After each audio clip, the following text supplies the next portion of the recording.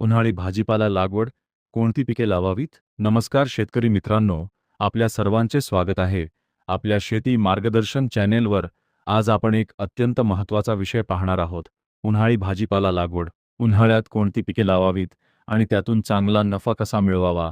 उन्हाळा सुरू होताच बाजारात भाज्यांची मागणी मोठ्या प्रमाणात वाढते, पण उत्पादन कमी असल्यामुळे दरही चांगले मिळतात. म्हणूनच जर योग्य नियोजन करून उन्हाळी भाजीपाला लागवड केली तर शेतकऱ्यांना कमी कालावधीत चांगले उत्पन्न मिळू शकते. उन्हाळी भाजीपाला का घ्यावा? उन्हाळ्यात तापमान जास्त असल्यामुळे काही विशिष्ट भाजीपाला पिके अतिशय चांगली वाढतात. या पिकांना सूर्यप्रकाश भरपूर मिळतो, रोग व किडी कमी प्रमाणात येतात आणि उत्पादन लवकर मिळते.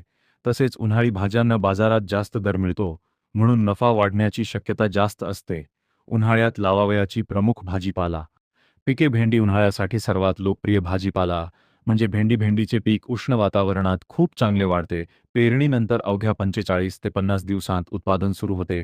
भेंडीला बाजारात कायम मागणी असते, म्हणून नियमित तोडणी करून सतत उत्पन्न मिळू शकते. दोडका. दोडका हे उन्हाळ्यात अतिशय चांगले येणारे वेलवर्गीय पीक आहे. याला उष्ण तापमान व भरपूर सूर्यप्रकाश आवश्यक असतो. मांडव पद्धतीने लागवड केल्यास उत्पादन जास्त मिळते.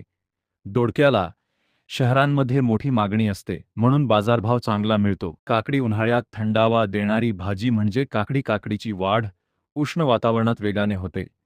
पेरणीनंतर 40-45 दिवसांत उत्पादन मिळते. उन्हाळ्यात काकडीला बाजारात व हॉटेल उद्योगात मोठी मागणी असते. कारले. कारले हे आरोग्यदायी भाजीपाला पीक आहे. उन्हाळ्यात कारल्याची वाढ खूप चांगली होते.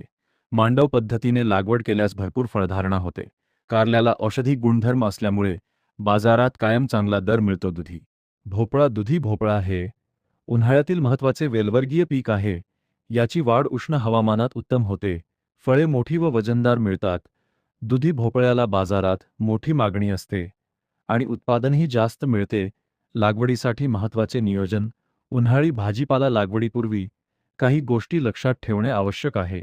जमीन हलकी व पाण्याचा निचरा होणारी असावी. सेंद्रिय खतांचा वापर केल्यास उत्पादन वाढते.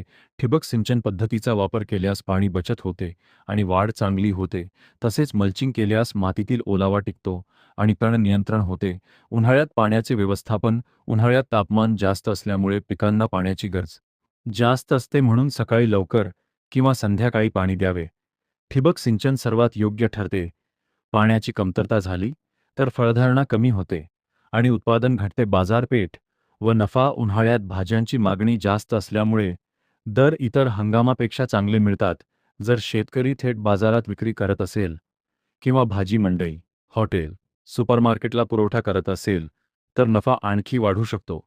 तर मित्रांनो, उन्हाळी भाजीपाला लागवड ही कमी कालावधीतील आणि जास्त नफा देणारी शेती आहे. भेंडी, दोडका, काकडी, कारले, दुधी भोपळा ही पिके उन्हाळ्यासाठी सर्वात योग्य आहेत. योग्य नियोजन, पाणी व्यवस्थापन आणि बाजारपेठेचा अभ्यास केल्यास शेतकरी चांगले उत्पन्न मिळवू शकतो. हा व्हिडिओ तुम्हाला उपयुक्त वाटला असेल तर लाईक करा. शेतीविषयक अशीच माहिती मिळवण्यासाठी चॅनेलला सबस्क्राईब करा. धन्यवाद.